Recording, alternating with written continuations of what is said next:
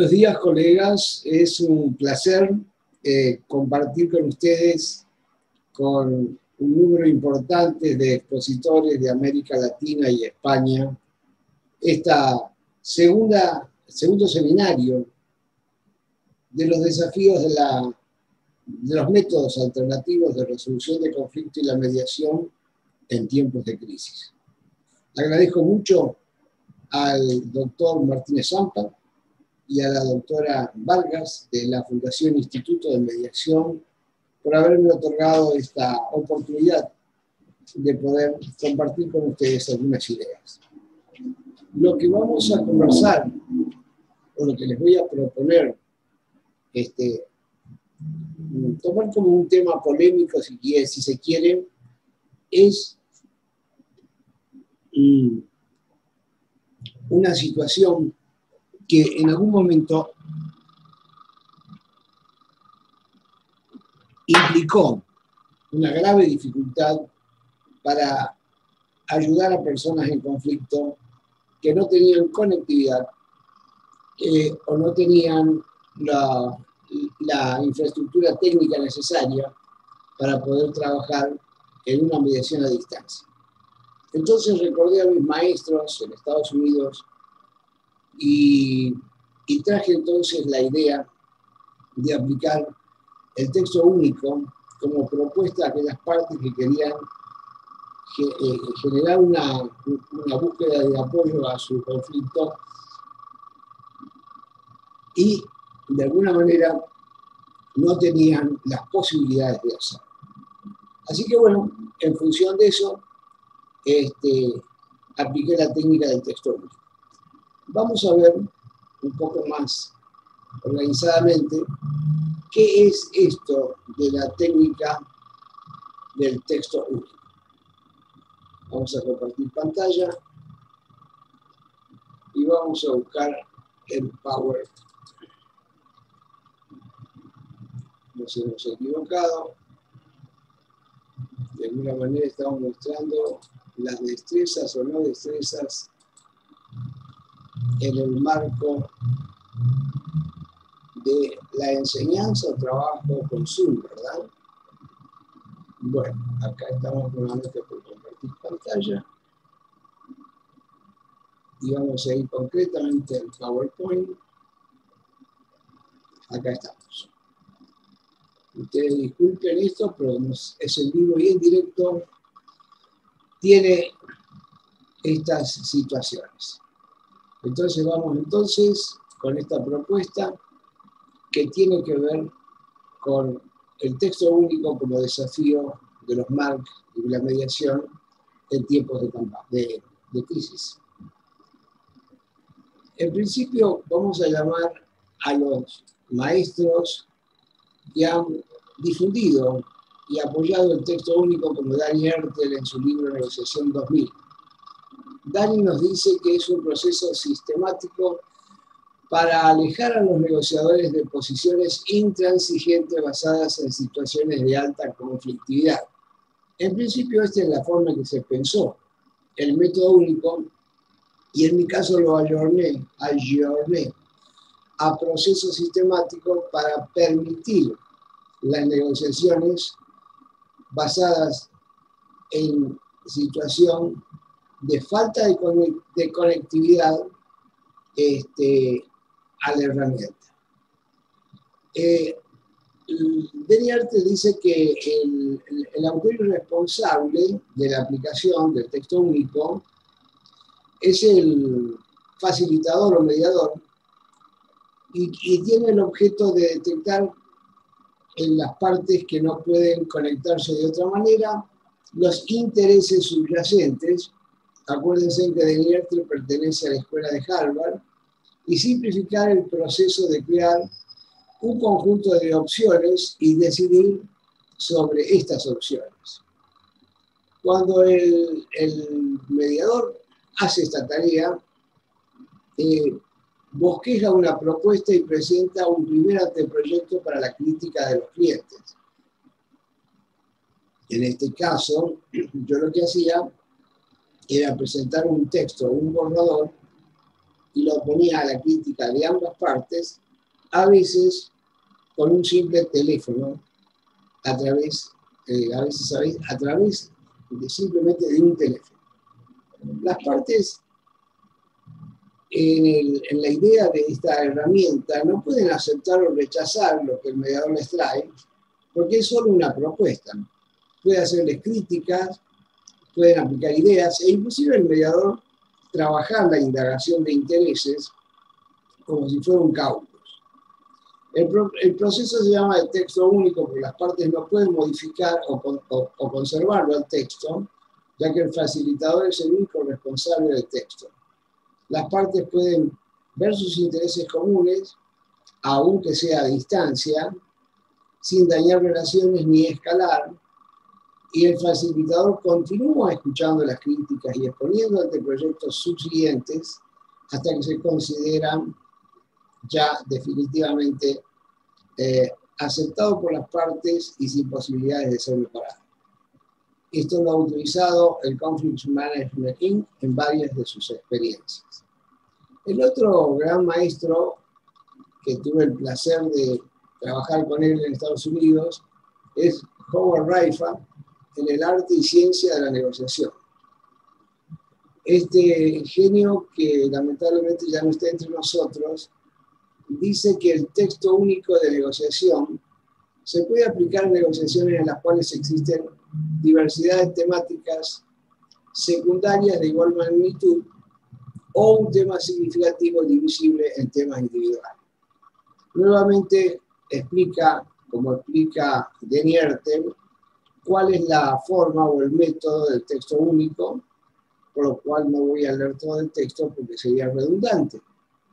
Finalmente, Bennett Picker, en su manual de resolución de conflictos comerciales, rescata nuevamente al texto único como un método donde el mediador redacta un documento de acuerdo posible en forma sucesiva. Lo hace circular entre las partes y en la medida que el texto circula y la preocupación entre las partes salen a la luz, el mediador reformula el texto tomando en cuenta dichas preocupaciones. La herramienta, dice Piquet, es muy útil en los casos en que hay un terreno en común o en los casos más complejos. Yo además pensé en los casos en donde las partes no pueden conectarse en función de la distancia, de las dificultades técnicas o de conexión. Vamos ahora sí concretamente a analizarlo desde nuestra óptica. El texto único es un procedimiento, una dinámica, que permite trabajar con partes que no desean hacer concesiones y tienden a negociar o estar en lugares diferentes. Se aplica cuando las partes tienen posturas fijas, cuando las partes temen ser vistas como demasiado flexibles, cuando se trabaja con multipartes, cuando las partes se niegan a reunirse aunque acepten negociar, y cuando las partes se encuentran en lugares distantes y no coinciden sus posibilidades de reunirse. El procedimiento es una forma sistemática que utiliza un tercero imparcial en una disputa para apartar las negociaciones de regateos de concesiones, buscar intereses subyacentes, simplificar el proceso simplificar el proceso de idear opciones nuevas y lograr acuerdos, y desarrollar posibilidades a distancia. Veamos ahora qué es lo que evita el texto único. Evita medir el progreso de la negociación a través de concesiones y de regateos que impiden o dejan sin efecto las oportunidades para avanzar conjuntamente en una negociación gana-gana. O sea, convierte la negociación, el regateo, en una posibilidad de una negociación colaborativa a través de la intervención del conciliador a través del texto. También evita que nos concentremos excesivamente en las posiciones, que nos comprometamos con una propuesta única, que las partes se encasillen cada vez más en sus problemas, la falta de inventiva y que la distancia y la comunicación sean un obstáculo para las negociaciones. Bien, vamos a analizar un poco el procedimiento. Primero vamos a avanzar sin hacer concesiones, evitando hacer regateos sobre posiciones. Vamos a tocar los temas que profundizan los intereses y preocupaciones de las partes. Vamos a trabajar los temas relacionales. Y esto se va a hacer, como ya hemos reiterado, a través de un solo texto que se va a modificar en forma constante.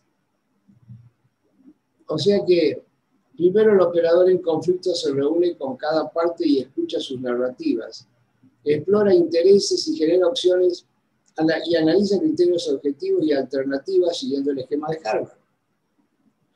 Obviamente, también escucha las narrativas de las partes y también a través de los trabajos en los contactos directos con cada parte, intenta dentro de las posibilidades que ofrece el medio de comunicación, de hacer un teléfono o una videollamada con mínimo, intenta que las partes puedan generar por sí mismas resignificaciones al conflicto y modificar sus narrativas.